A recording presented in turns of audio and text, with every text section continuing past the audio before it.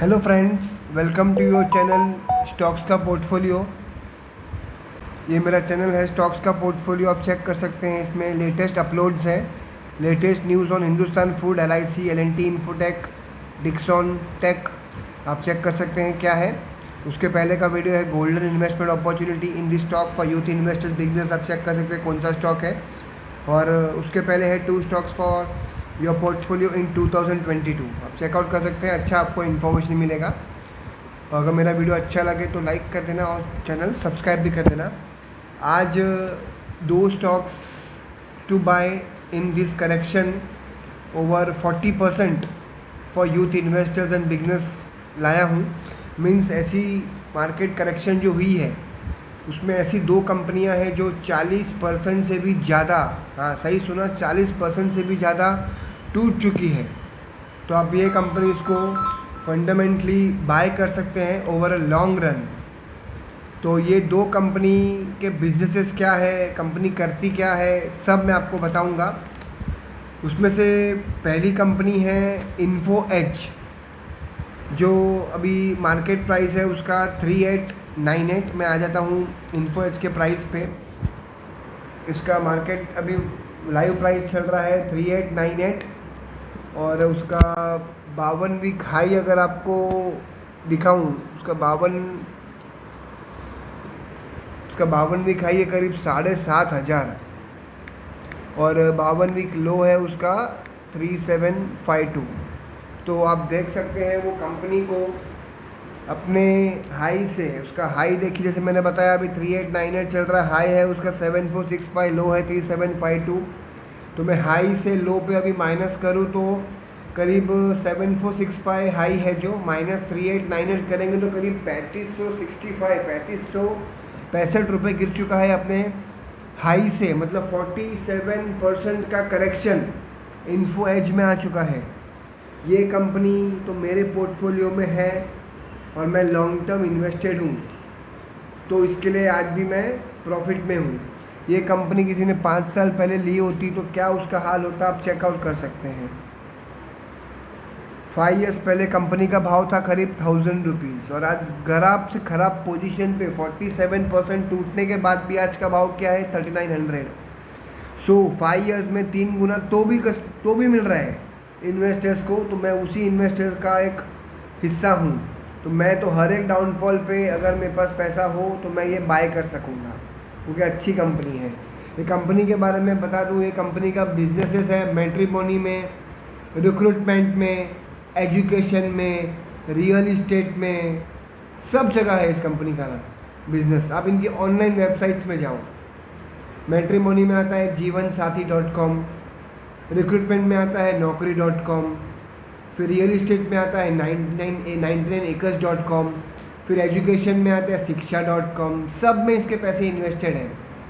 फिर Zomato media private limited, इसमें इसका पैसा इन्वेस्टेड है। policybazaar.com, इसमें इसका पैसा है। And many more businesses. ये तो मैंने कुछ 7-8 बिजनेस हाईलाइट किए हैं आपके लिए जो नामी हैं, जिनकी आप टीवी में ऐड भी देखते हैं हमेशा। ये कंपनी की वेबसाइट पर जाइए, मेरा वीडियो देख के अब इसके बाय मत कीजिए, अपनी स्टडी कीजिए। मैं स्टडी करके लाया हूँ आपके लिए, आपको एजुकेट करने के लिए।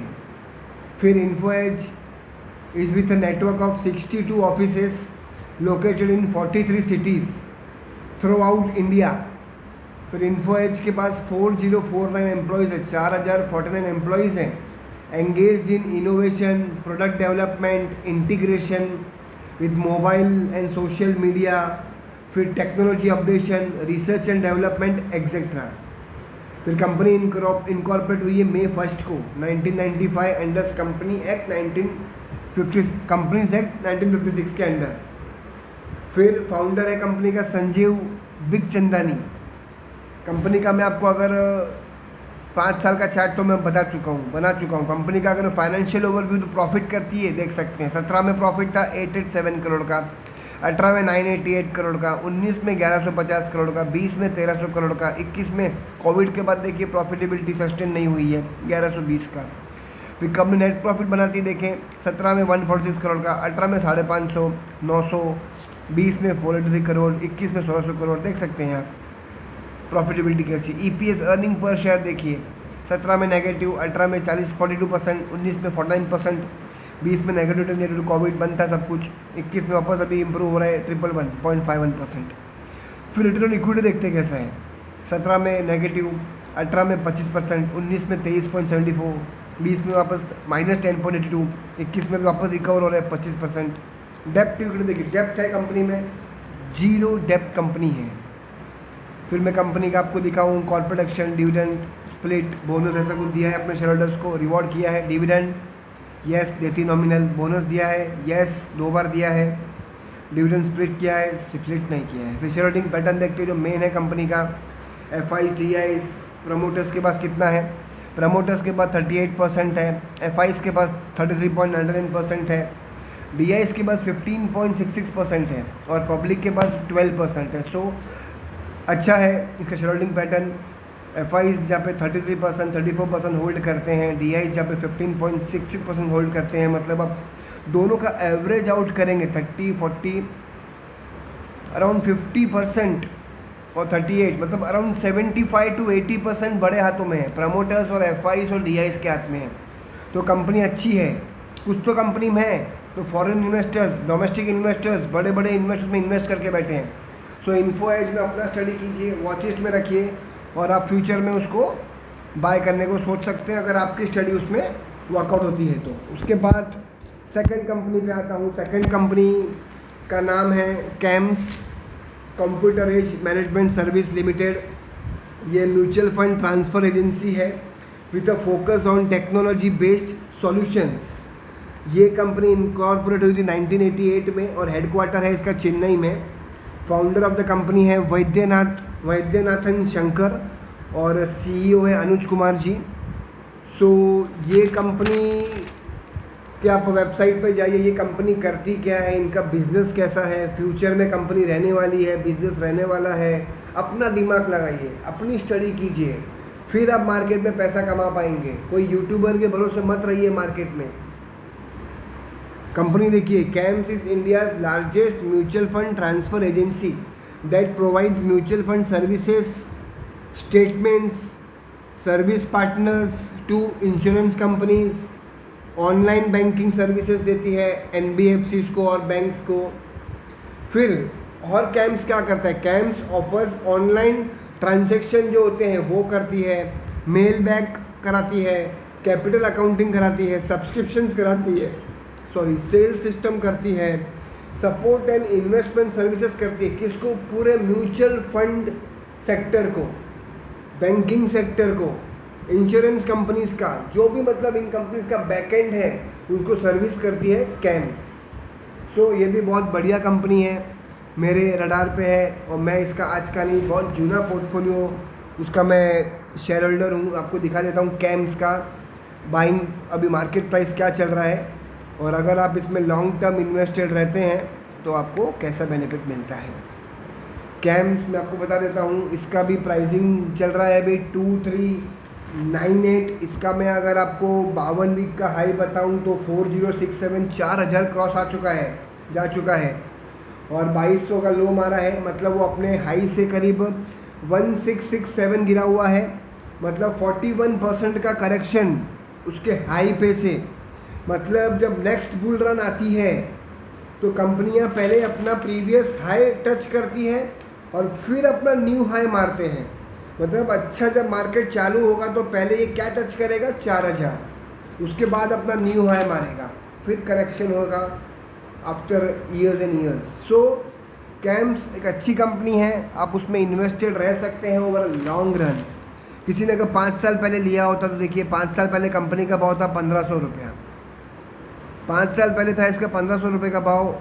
5 साल पहले सो लिस्ट भी नहीं हुआ, ये लिस्ट हुआ है करीब 2020 के आसपास लिस्ट हुआ है। तो 20, 21, 22 3 साल ही हुए हैं कंपनी को लिस्ट होने को।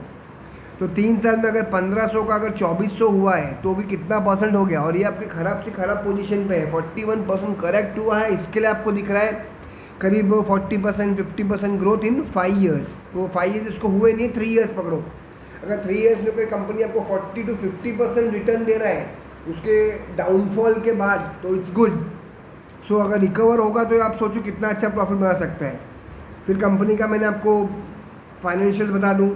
फाइनेंशियल ओवरव्यू 18 में कैसा है इनका। 18 में 600 करोड़ का था, 19 में 651 करोड़, 20 में 661 करोड़, 21 में 673 करोड़, 22 में 863 करोड़। नेट प्रॉफिट कैसी कंपनी का देखते हैं। 18 में 160 करोड़ का प्रॉफिट था, 19 में 112, 20 में 164, 21 में 218, अभी देखिए 289 करोड़। अर्निंग पर शेयर देखते हैं कैम्स का कैसा है।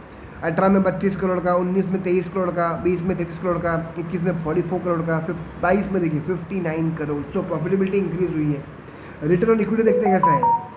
18 में 38%, 19 में 38%, 20 में 33%, 21 में 46.61%, 21 में 47.87%। डेप्ट टू इक्विटी कैसे देखें इसका।